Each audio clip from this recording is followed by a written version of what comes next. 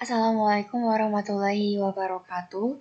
Kami dari kelompok 2 dengan beranggotakan saya sendiri Sofia Warda Zariati, ada Alfiana Maharani, Ananda Isnaida Mayanti, Muhammad Najib Al-Humam, dan Fuad Fajar Nasruddin.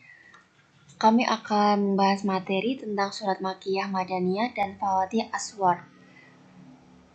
Yang pertama yaitu kami akan membahas tentang surat Makkiyah dan Madaniyah.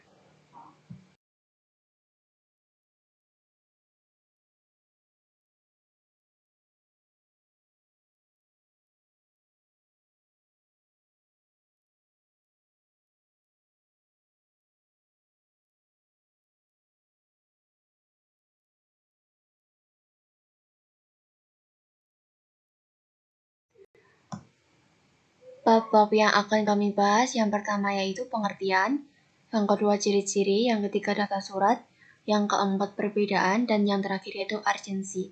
Yang selanjutnya akan membahas tentang pengertian dari surat Makkiyah dan Madaniyah.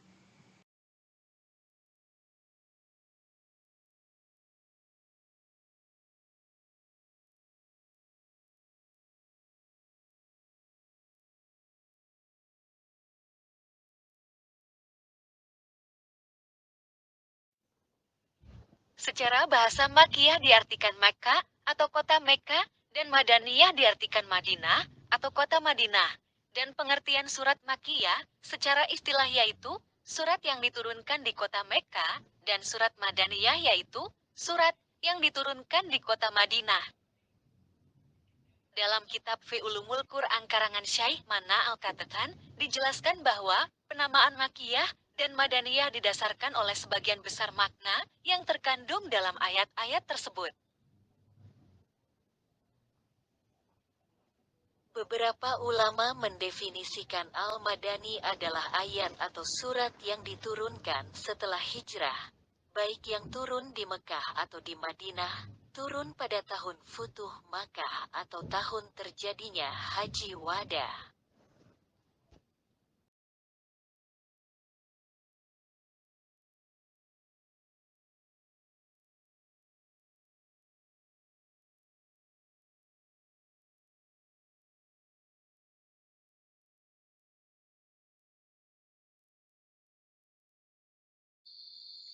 Ciri-ciri surat Makkiyah dan Madaniyah.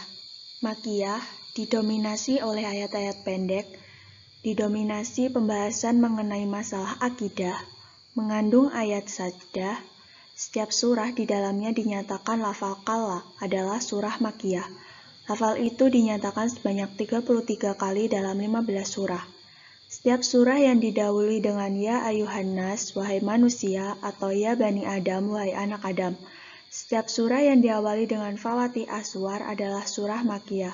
Setiap surah yang mengandung kisah-kisah Nabi dan umat terdahulu, kecuali kisah Adam dan Iblis yang disebutkan dalam surat Al-Baqarah. Ciri Madaniyah, berisi ketentuan-ketentuan faraid dan had, berisi sindiran-sindiran terhadap kaum munafik, kecuali surah Al-Ankabut, berisi uraian tentang perdebatan dengan ahli kitab. Ayatnya panjang-panjang. Mayoritas isinya tentang pembahasan hukum-hukum Islam serta ketentuan-ketentuan yang harus ditaati umat Islam.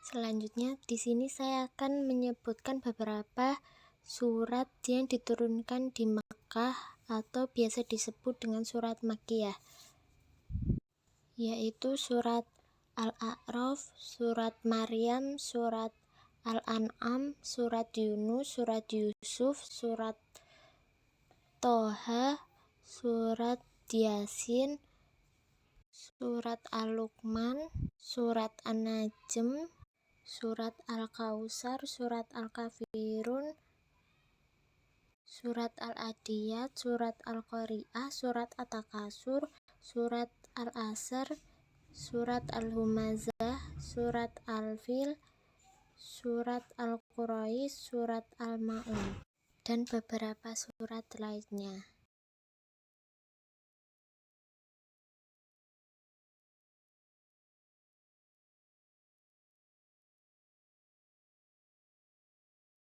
Lanjut, daftar surat Madaniyah, yaitu surat Al-Baqarah, surat Al-Imran, surat An-Nisa, surat Al-Ma'idah, surat Al-Anfal, surat At-Taubah, surat An-Nur, surat Al-Furqan, surat An-Nas, dan beberapa surat Madaniyah lainnya. Lanjut, materi berikutnya akan disampaikan oleh Alfiana.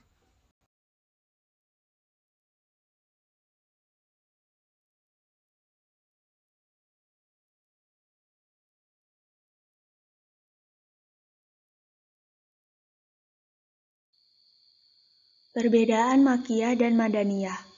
Memperhatikan segi waktu turun ayat tersebut. Makki yaitu ayat yang diturunkan sebelum Nabi Muhammad SAW hijrah, meskipun tempat turunnya bukan di Makkah.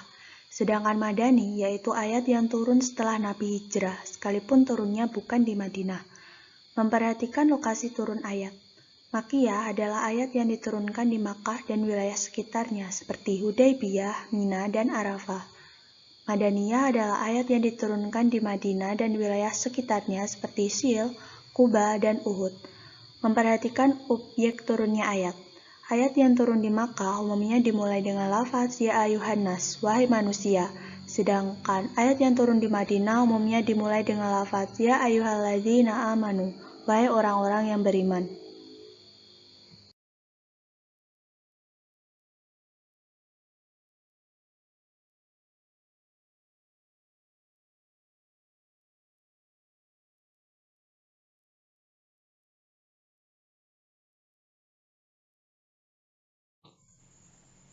Yang selanjutnya yaitu urgensi Makkiyah dan Madaniyah.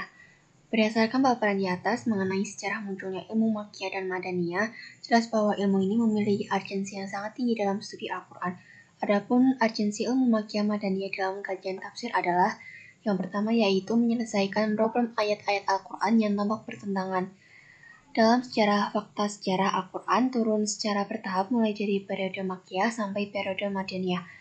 Dengan ini terdapat ayat yang turun lebih dahulu dan ada pula ayat yang turun belakangan. Pengetahuan terhadap sejarah turunnya ayat-ayat Al-Quran ini sangat berguna untuk mengetahui ayat yang masukkah atau dibatalkan, dan ayat yang nasikhah yaitu membatalkan. Yang kedua yaitu menginformasikan strategi dakwah Nabi SAW.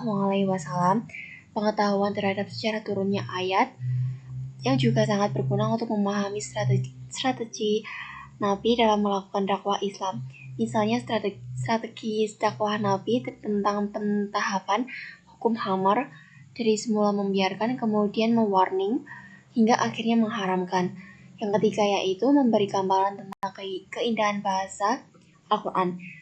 Periodisasi turunnya Al-Quran menunjukkan bahwa Al-Quran berdialektika dengan masyarakatnya, atau dengan kata lain Al-Quran turun dan hadir dengan menyesuaikan situasi dan kondisi audiensnya. Dari segi ilmu balaghah, gaya bahasa seperti ini adalah gaya bahasa yang indah.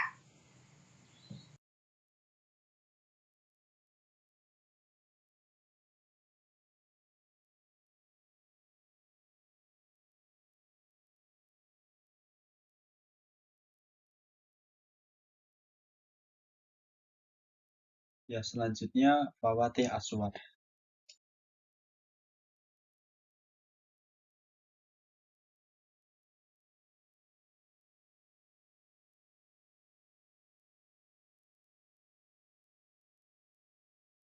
Fawatih Aswar atau dalam bahasa Arab Fawatihus Suwar terbentuk dari dua kata, yaitu fawatihun dan suwarun. Fawatihun merupakan bentuk jamak dari mufrad fatihun yang artinya adalah pembuka, sedangkan suwarun merupakan bentuk jamak dari mufrad suratun.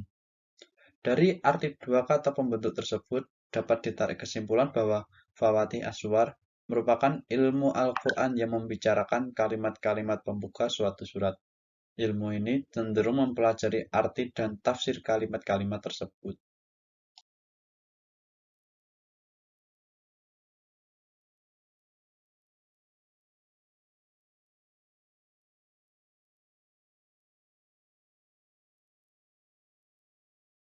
Kemudian bentuk-bentuk Fawatih Aswar. Para ulama sepakat bahwa Allah Subhanahu wa Ta'ala mengawali sebuah surah di dalam Al-Quran dengan salah satu dari 10 macam kolam yang berbeda-beda. Ke-10 macam kolam tersebut ialah yang pertama ada istiftah bi al-sana, yaitu pembukaan dengan memakai pujian kepada Allah. Lalu yang kedua, istiftah bi al-huruf al-muqatta'ah, yaitu pembukaan dengan memakai huruf-huruf hijaiyah yang terputus-putus. Lalu yang ketiga, istiftah bi al-nida, yaitu pembukaan dengan memakai kata-kata panggilan atau seruan. Lalu yang keempat, istiftah bi al-jumal al-kabariyah, yaitu pembukaan dengan memakai kalimat berita. Lalu yang kelima, istiftah bi al-qasam, yaitu pembukaan dengan memakai kata-kata sumpah. Lalu yang keenam, istiftah bi al-syart, yaitu pembukaan dengan memakai kata-kata syarat. Lalu yang ketujuh, istiftah bi al-amr, yaitu pembukaan dengan memakai kata kerja perintah. Lalu yang kedelapan, istiftah bi al-istifham, yaitu pembukaan dengan pertanyaan. Lalu yang kesembilan, istiftah bi al-du'a, yaitu pembukaan dengan doa. Lalu yang terakhir, yang ke-10, istiftah bi al-ta'lil, yaitu pembukaan dengan alasan.